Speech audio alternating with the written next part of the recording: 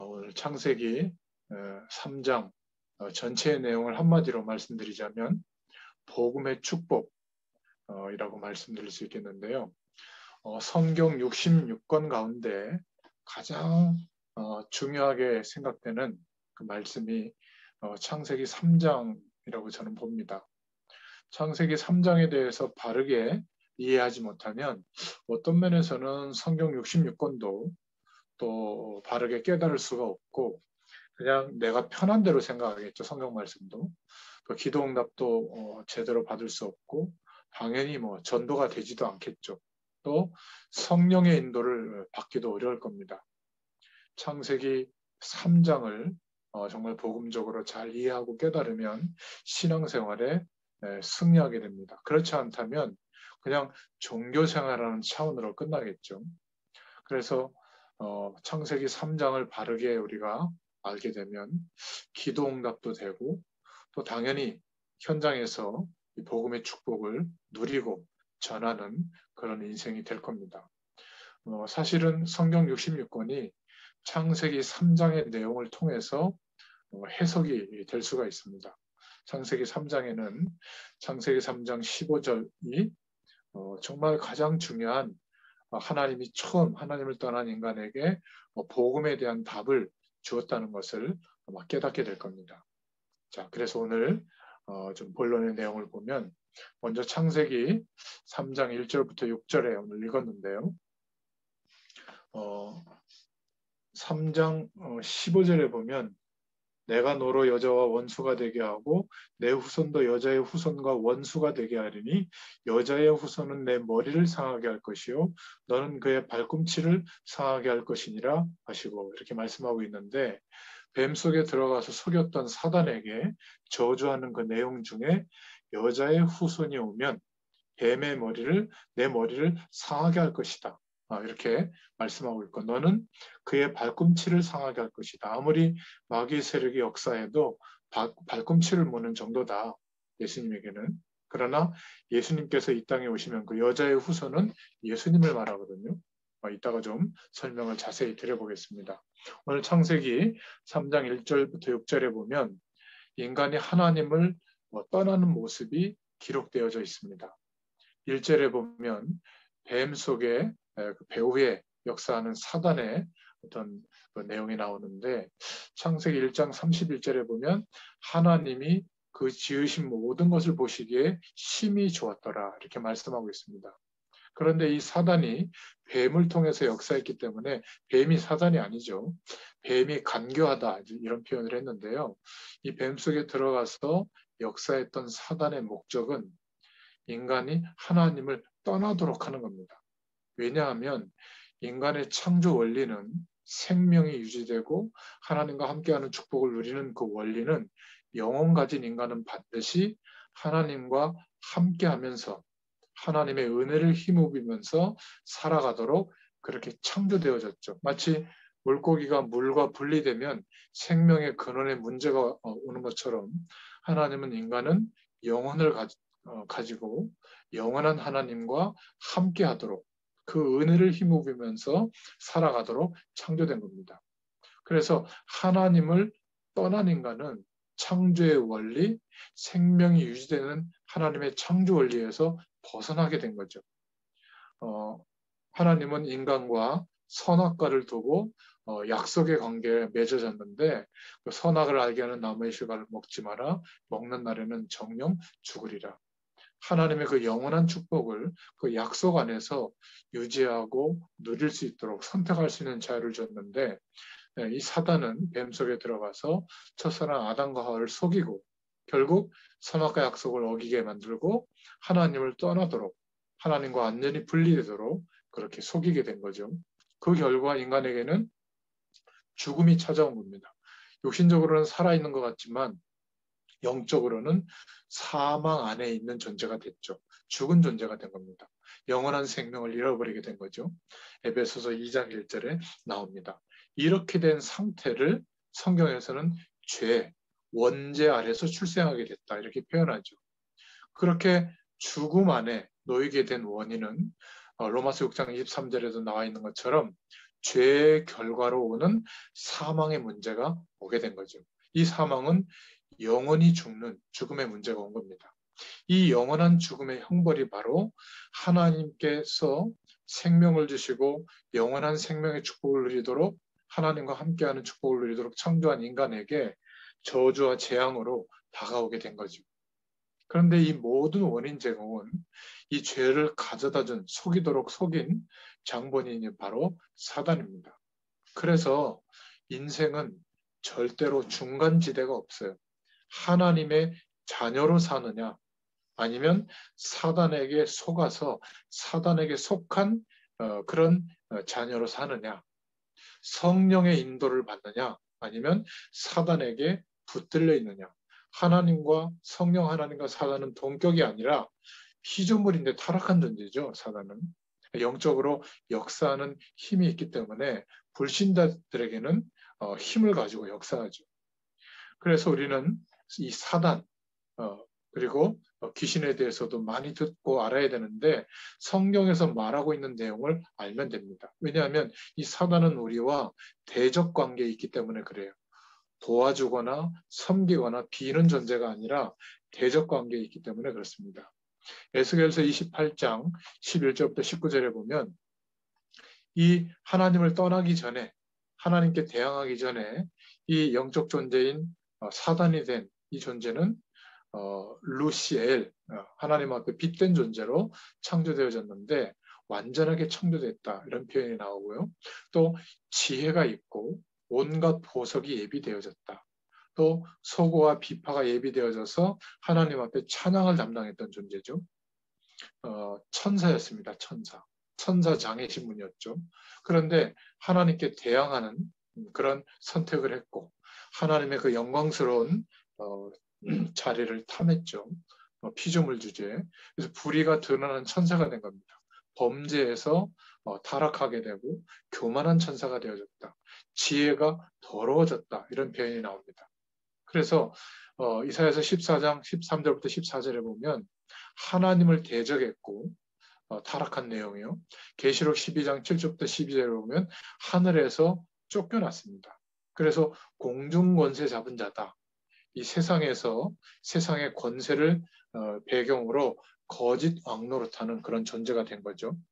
이 사단의 속성은 어떠냐면 에베소서 6장 12절에 보면 거짓말을 밥 먹듯이 하고 괴계를 쓴다고 합니다.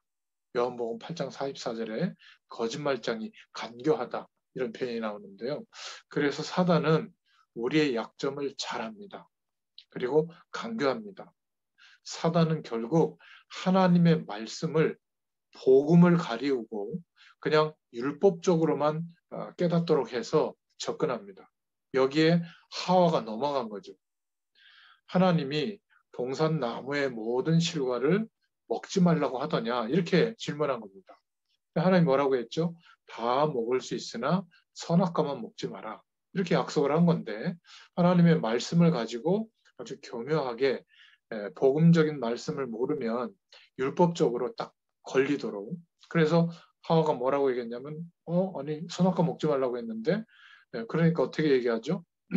창세기 3장 1절부터 6절에 보면 아니다. 그걸 먹으면 선악과를 먹으면 너희 눈이 밝아져서 선과 악을 알게 된다. 하나님도 그거 알고 있기 때문에 먹지 말라고 한 거다. 이렇게 속이는 겁니다.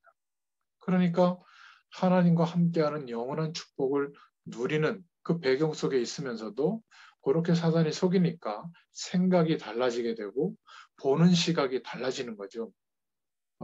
저렇게 좋은 축복이 있는데 왜 내게는 우리에게는 허락 안 해줬지? 이런 원망, 불평이 생기기 시작하는 겁니다. 그래서 결국은 하나님이 주신 축복보다 더 좋은 복이 있는 것처럼 속아서 결국 그쪽으로 가게 되는 거죠.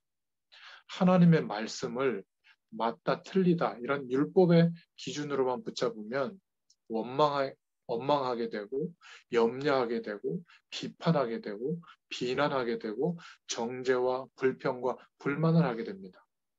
복음의 말씀으로 우리가 하나님의 말씀을 받아야 되는데 율법의 말씀, 맞고 틀리다 이런 기준으로 받으면 결국 그 율법의 말씀의 근거로 하와를 속인 거죠. 이런 하나님을 떠난 근본적인 그 문제 때문에 이 세상에는 또 우리에게는 자범죄가 들어오게 되고 모든 문제가 발생하게 된 겁니다. 그래서 지금 내 문제가 어떤 문제인가를 정확하게 진단하려면 하나님의 말씀으로 진단하려면 창세기 3장 문제로 돌아와서 진단해 보면 됩니다.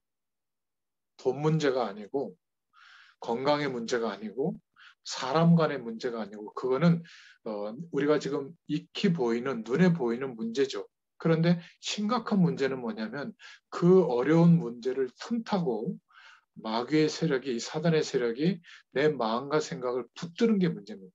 그래서 힘든 거거든요. 그러면 어떤 장애가 있는 사람은 평생 그 장애 때문에 건강에 시달려야 되잖아요. 안 그런 사람도 많습니다. 또 경제적으로 어려운 분들은 어려운 대로 검소하게 또 정말 가족끼리 우애 있게 지내는 그런 가정도 많습니다. 배움이 부족하다. 배움이 부족하지만 살아가는 인생의 지혜가 많은 사람도 많습니다. 하나님을 떠나서 죄와 한 몸이 되어져서 세상의 권세 아래에 있는 그 인생의 길만 찾으니까 답이 없어서 힘든 거거든요. 그러니까 나의 진짜 문제가 무엇인지를 알려면 창세기 3장에 하나님의 약속과 그 약속을 놓쳤을 때 인간에게 들이닥친 문제를 원인을 찾아보면 내 문제에 대한 진단이 나오게 되는 거죠. 그래서 7절에 보니까 정확하게 하나님 떠난 문제가 나타나는데 영적인 문제가 오게 된 겁니다. 눈이 밝아져서 몸이 벗은 줄을 알게 된 겁니다. 타락하기 전에 하나님을 떠나기 전에는 뭐 굳이 자기의 부끄러운 모습을 가릴 필요도 없이 뭐 부끄러웠거나 문제에 대한 아주 좋다 나쁘다의 인식이 없었어요. 다 그냥 좋은 겁니다. 그런데 창세기 2장 25절에는 그렇게 살았는데 하나님과의 약속을 놓치고 하나님을 떠난 그 순간부터 계속 속게 되는 겁니다. 돈이 없기 때문에 불행하다. 뭐 얼굴이 못생겼기 때문에 불행하다. 그러면 얼굴이 잘생기거나 돈이 많거나 좋은 사람 만나거나 못 만나거나 좋고 안 좋고에 대한 문제인식이 생겼는데 그것 때문에 힘든 게 아니라 하나님과 함께하는 축복을 모르는 상태에서 언젠가는 죽을 수밖에 없는 세상의 권세와 육체 아래서 살고 있기 때문에 힘든 건데 진짜 문제는 안 보이고 그냥 벌거벗었기 때문에 부끄러운 것만 문제라고 본 겁니다. 하나님을 떠난 순간부터 사단에게 자꾸 속아서 영적으로 사로잡히기 때문에 그렇죠. 그래서 그걸 문제라고 생각했기 때문에 인간적인 방법을 동원하죠. 뭐라고 동원했어요? 무화과 나무 잎을 엮고 치마를 만들었다. 사실 이게 인간에게 들이닥친 영적 문제예요. 그럼 무화과 나무 잎은 얼마 지나지 않아서 햇볕이 비치면 말라 비틀어져서 치부를 가릴 수가 없죠. 돈, 건강, 명예, 성공, 좋은 사람 만나는 거, 환경이 좋아지는 거, 물론 세상적으로는 중요합니다. 그러나 진짜 우리 인간의 궁극적인 문제를 해결할 수 있는 원인이 아니죠. 그래서 그런 조건을 다 해결하고 그런 세상적인 조건을 많이 갖고 있는 사람들은 과연 인생에 문제가 없는가? 더 문제가 많을 수가 있습니다. 왜냐하면 그 많은 것을 가지고도 해결되지 않는 영적인 어려움이 오는 거거든요. 만족이 없고 쫓기고 불안하고 갈등하고 열등감 느끼고 막 화나고 이건 더 커집니다. 그래서 하나님과 함께하는 축복 말고 우리에게 이러저러한 것이 문제라고 생각돼서 인간이 인간의 문제를 해결하려고 스스로 노력해서 만들어낸 최고의 것이 뭐냐면 종교입니다. 그게 종교예요. 종교는 답이 될 수가 없는 겁니다. 우리가 만든 어떤 노력의 결과이기 때문에 결국 그것도 답이 안 되니까 보이는 것에다가 마음을 담고 막 빌고 집중해서 해결받으려고 하는데 그게 바로 우상이에요, 우상. 하나님은 우상을 섬기는 거에 대해서 굉장히 금하고 있잖아요. 왜냐하면 해결이 안 되니까. 더 심각한 것은 해결이 안 됐는데 인간의 진짜 문제는 해결이 안 됐는데 해결되었다고 착각하는 게 뭐냐면 무화과나무 잎을 엮어서 내 부끄러운 모습을 치부를 가린 게 인간의 문제를 해결했다고 생각하는 착각. 이게 미신이에요. 그러니까 특별한 어떤 미신의 방법으로 병이 낫거나 뭐 경제 문제를 해결받거나 무슨 뭐 꿈이나 예언이나 뭐 환상을 본다거나 그것이 인간의 진짜 문제를 해결하는 게 아닌데 해결된 것처럼 착각하는 게 미신입니다. 그래서 종교, 우상, 미신, 점술 이렇게 영적 현상이 일어나는 쪽으로 인간의 진짜 문제를 해결할 수 없는데 그런 방법들을 동원해서 해결해 보려고 하면 할수록 영적인 문제가 오는 것이 바로 인간에게만 오는 겁니다. 그래서 8절부터 13절에 창세기 3장 8절부터 13절에 보면 결국 정신 문제가 오게 되죠. 8절에 보니까 하나님을 떠난 인간이 하나님에 대해서 어마어마한 착각이 생기고 오해하게 되는데 그게 바로 정신적인 어려움의 시작이에요. 여호와 하나님의 낯을 피하여 숨은지라. 하나님의 전지전능함에 대한 착각이 오는 거죠. 하나님의 시선을 피할 수 있는 인간은 이 지구상에 없어요. 그렇지 않습니까? 속일 수가 없는 거죠. 그런데 여호와의 낯을 피하여 숨은지라. 숨을 수 있다고 생각하는 거죠. 착각이 생기는 겁니다. 9절부터 10절에 보니까 마다마 내가 어디 있느냐 이렇게 하나님이 찾으니까 뭐라고 대답하냐면 내가 벗었으므로 두려워하여 숨었습니다. 이렇게 얘기하는 겁니다. 하나님이 몰라서 질문한 게 아니거든요. 내가 어디 있느냐. 하나님과의 인간의 관계는 두려워하고 숨는 관계가 아닌데 하나님을 오해하고 있는 거예요. 정신 문제죠. 내가 술 먹고 타락하고 죄를 많이 지어서 하나님을 찾을 수 없다. 잘못 생각한 겁니다. 그럴수록 하나님을 찾아야 돼요. 하나님과 함께하는 축복이 아니면 우리 인생의 문제를 벗어날 수 없기 때문에. 그러니까 정신 문제의 시작은 하나님에 대해서 오해하는 거기서부터 시작하는 겁니다. 하나님과 우리의 관계는 이렇죠. 주기도면에 나오는 것처럼 하늘에 계신 우리 아버지요. 물론 아버지에 대한 기억이 안 좋은 사람도 있겠지만 아버지는 능력이 많을수록 자식은 좋은 거 아니겠습니까? 창조주 하나님이 우리는 피조물인데 우리의 아버지가 되신대요. 영적으로. 하나님은 의로우시잖아요. 우리는 죄인인데도 불구하고 의로우신 하나님의 긍휼과 사랑으로 우리가 예수 그리스도를 통하여 의롭게 되어졌지 않습니까? 하나님이 우리의 아버지신데 마치 막 벌하고 막 그런 것을 지적하는 그런 분으로 생각하는 거죠. 벗은 거, 내가 돈이 없는 거, 좀 타락한 거, 죄를 지은 거, 좀 사람한테 잘못한 거, 그런 것 때문에 숨을 이유가 없는 겁니다. 하나님은 그런 것을 지적하는 하나님이 아니에요. 하나님은 문제를 이미 다 아시고 이 아담과 하와 하나님과의 약속을 어기고 하나님을 떠났던 이 아담과 하와에게 다시 회복시켜 주실 해답을 가지고 찾아오신 거거든요. 그리고 내가 어디 있느냐 이렇게 질문한 겁니다. 그런데 아담과 하와는 벌 받을까 봐 오해하고 있는 거죠. 이게 인간의 정신적인 문제의 출발이에요. 어떤 것이 없기 때문에 부족해서 내가 힘든 게 아니라 하나님을 떠나서 다시 하나님과 만나면 되는데 그 길을 모르기 때문에 힘든 건데 다른 것 때문에 내가 힘들다고 생각하는 것이 인간에게 온 정신적인 문제의 시작인 거죠. 그러니까 결과적으로 12절부터 13절에 보니까 책임을 전가하는 겁니다. 하나님이 창조한 이 여자 때문에 또 하나님이 창조한 저 뱀 때문에 이 정신병의 극치가 뭐냐면 책임을 전가하는 거거든요. 자꾸 핑계대는 겁니다. 하나님께 결국은 책임의 소재를 두는 그런 답을 하는 거죠. 그래서 하나님을 떠난 결과 어떻게 됐죠? 창세기 3장 16절부터 19절에 육신의 문제가 들이닥친 겁니다. 아무리 노력해도 해결이 안 되는 남성이 겪어야 되는 문제, 여성이 겪어야 되는 문제가 오게 된 거죠.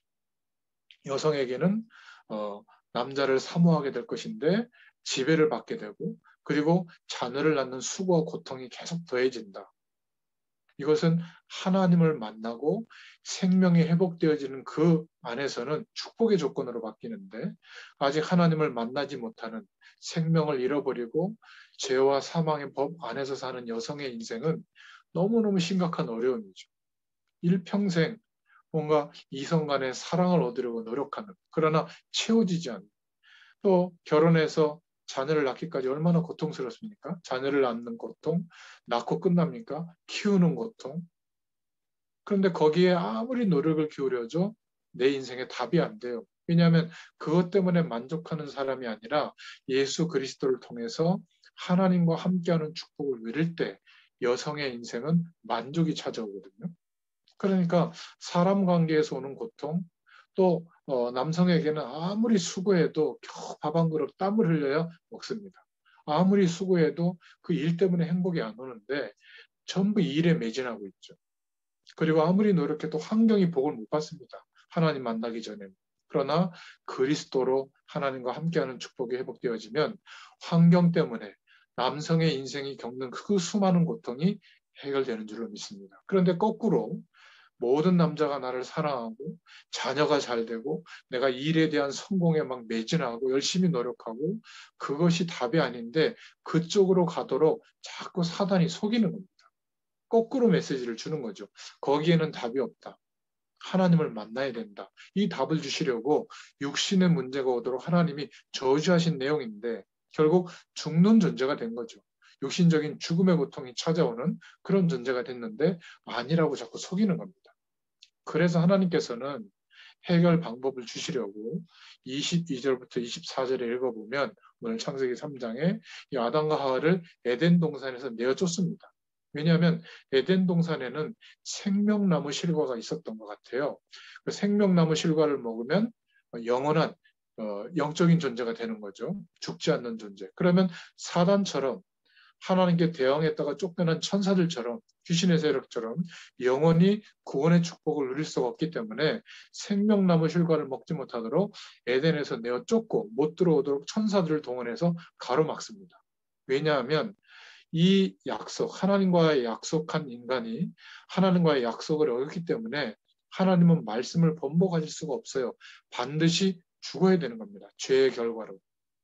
죽는 것이 하나님의 공의가 이루어지는 거죠. 그래서 죽음은 하나님을 떠난 인간에게 오는 저주요, 후손에게까지 가는 그런 영적인 문제예요. 죽음의 고통, 사망과 저주의 고통이 인간을 끊이지 않게 덮치고 있는 거죠. 여기에서 해방되는 길은 우리 편에서는 만들어낼 수가 없는 겁니다. 그래서 그 공의가 이루어졌지만 하나님은 또 사랑을 베푸셔서 다시 하나님을 만날 수 있는 생명을 회복할 수 있는 길을 열어주시기 위해서 창세기 3장 15절을 약속한 겁니다. 뱀에게 저주하면서 여인의 후손이 오면 너의 머리가 상하게 될 것이다. 그러니까 사단의 권세가 꺾이게 될 것이다. 그러면서 여자의 후손이라고 하는 지금으로 말하면 메시아죠. 아담과 하와가 하나님을 떠나고 난 뒤에 영원한 생명을 잃어버리고 죄와 한 몸이 되어졌기 때문에 그 후손, 아담과 하와의 하나님 떠난 후손으로 태어나는 모든 사람은 죄와 한 몸이 되어져서 출생하는 겁니다. 죄인으로 출생하는 거죠.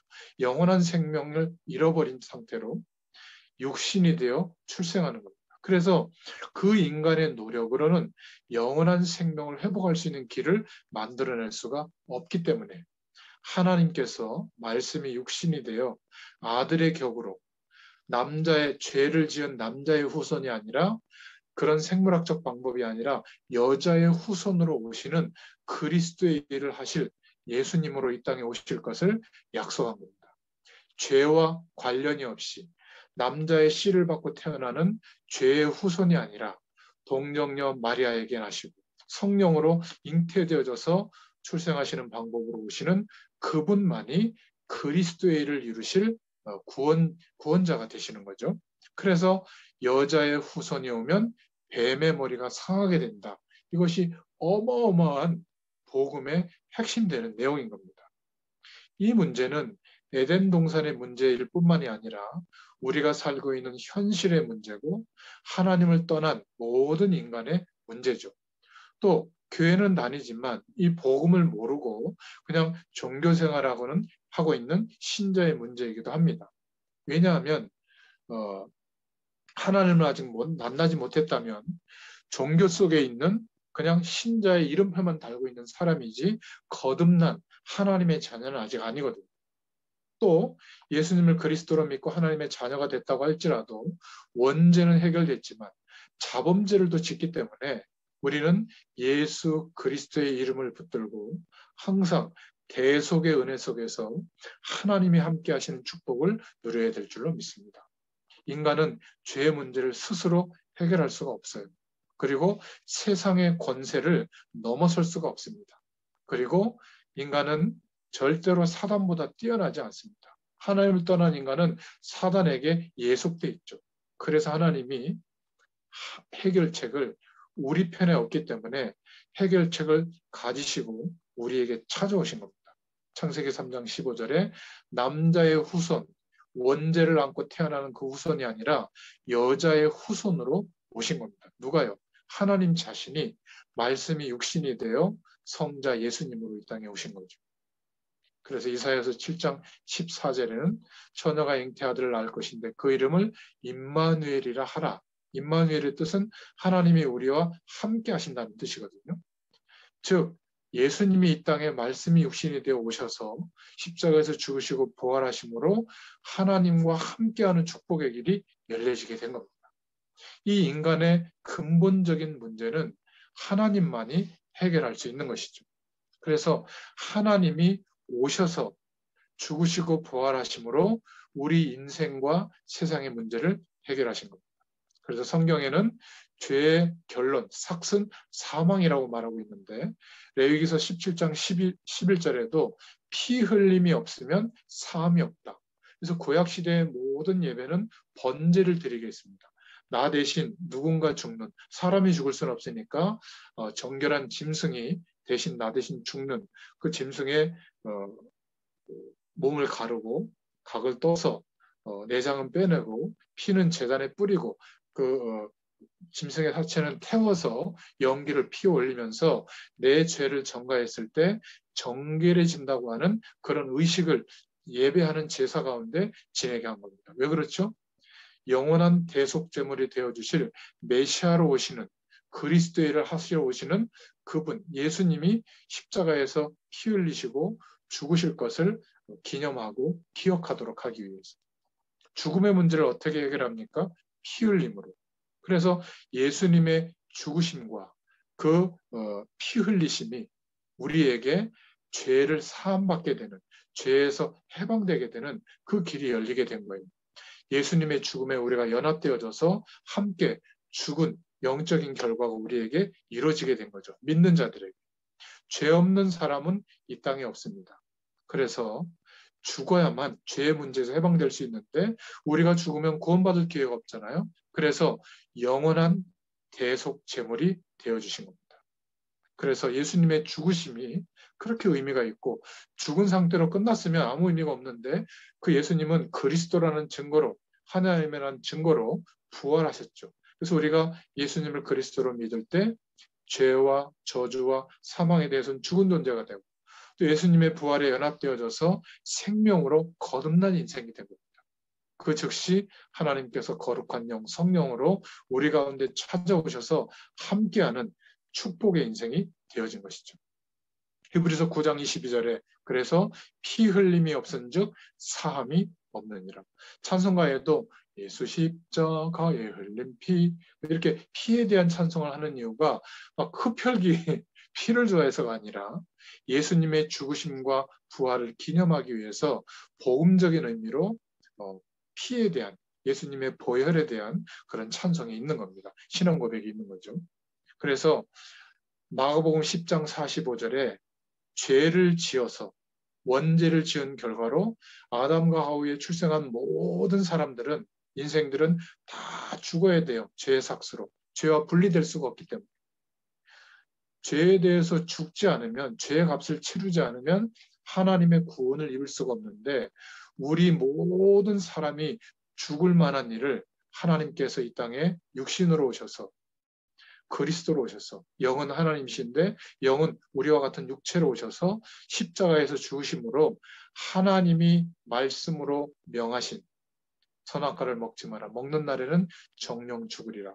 원죄의 결과로 죽어야 될 우리의 모든 죄가 십자가 앞에 다 해결된 줄로 믿습니다. 하나님의 공의가 이루어지고 하나님의 사랑이 성취되어졌죠. 그래서 사단은 예수님을 십자가에 못 박도록 유대인들을 선동했지만 예수님은 십자가에서 죽으시고 부활하심으로 인간의 근본적인 문제를 해결하신 줄로 믿습니다. 마귀가 아무리 대단해도 구원 사역을 이루시는 하나님의 지혜에는 미치지 못하죠. 그래서 지금도 복음 전하는 것을 방해하고 있지만 결국 이 복음을 막을 수 있는 이 지구상의 영적 존재든지 어떤 제도든지 어떤 분위기든지 막을 수가 없는 겁니다. 왜냐하면 복음은 능력이 되기 때문에 그렇습니다. 예수님의 십자가의 죽으심과 부활을 통해서 우리가 다시 하나님과 화목하게 되고 생명을 얻게 되고 그리고 하나님과 함께하는 축복을 누릴 수 있게 된 겁니다. 기도는 뭐냐? 이 축복을 누리는 게 기도입니다. 그래서 창세기 3장 15절 여자의 후손이 오면 뱀의 머리가 상하게 될 것이다. 사단의 세력은 끝나게 되는 거죠. 여자의 후손으로 오신 예수님이 바로 그리스도시다. 그리스도를 하셨구나 라고 믿으면 우리 인생의 문제가 해결이 되어지고 예수님과 함께 죽고 예수님과 함께 거듭나는 영적인 일이 우리에게 이루어지게 되는 것이죠. 그래서 창세기 3장 21절에 믿음의 증거가 나타나도록 사람들은 하나님을 떠나서 세상 배경과 열심히 노력하는 그 기준으로 살아야 된다라고만 생각하기 때문에 아담과 하와도 가죽 옷을 지어 입힌 겁니다. 짐승의 가죽을 벗겨서 피가 떨어지는 그 옷을 입히면서 피의 약속, 즉 예수 그리스도의 죽으심과 부활이 없으면 회복될 수 없다는 것을 깨닫게 하기 위해서 그 이후로 모든 하나님의 떠난 그렇게 출생한 이스라엘 백성들은 아담과 하와의 모든 인류의 후손들은 하나님 앞에 나아갈 때 예수님께서 이 땅에 오시기 전에 항상 짐승을 대신 잡아서 피를 뿌림으로 번제를 드림으로 하나님께 나아갈 수 있었던 겁니다. 그런데 영원한 대속제물이 되어주신 예수님의 한 번의 죽으심으로 그 부활하심으로 우리의 모든 문제가 해결되어진 것이죠. 여자의 후손은 구약 시대에는 메시아라는 단어로 기다리게 했고 신약 시대에는 그 메시아라는 이스라엘의 언어, 구약의 언어, 히브리어를 이제 예수님 시대의 그 로마의 언어인 헬라어로 바꾸게 된 거죠. 그래서 메시아를 그리스도로 번역한 거예요. 제사장, 선지자, 왕에게 사용했던 단어인데 기름 부음을 받은 자, 구별됐다는 말이죠. 하나님 만나는 길을 연 참 선지자, 모든 죄와 저주에서 해방되도록 대속 희생제물이 되어주신, 그래서 대속의 길을 열어주신 참 제사장인 그리스도, 그리고 모든 저주의 세력, 사단의 세력, 귀신의 세력을 꺾으신, 무너뜨리신 죽으시고 부활하심으로 꺾어버리신 참 왕 되신 그리스도. 그래서 예수님을 그리스도라고 우리가 믿는 겁니다. 예수님이 하신 그 일을 믿는 것이죠. 예수 그리스도. 우리가 기도할 때 예수님의 이름으로 기도하는 이유는 그 그리스도의 일을 이루신 분이 예수님이니까. 예수님의 이름으로 기도할 때 구원과 생명의 역사가 계속 일어나게 될 줄로 믿습니다. 그래서 결론적으로 성경 66권은 여인의 후손 그리스도를 말하고 있는 겁니다. 하나님의 모든 약속, 구약과 신약은 예수님이 바로 그리스도시다. 이 사실을 믿을 때 인생의 모든 문제에서 해방되어진다. 그리고 우리가 이 세상에 육신을 가지고 살고 있는 그 동안에는 성령으로 함께 하시는 그 은혜를 누리면서 살게 되는 것이죠. 그래서 오직 예수 그리스도를 믿는 믿음이 우리의 삶의 기준이 되어질 수 있기를 예수님의 이름으로 축원드립니다.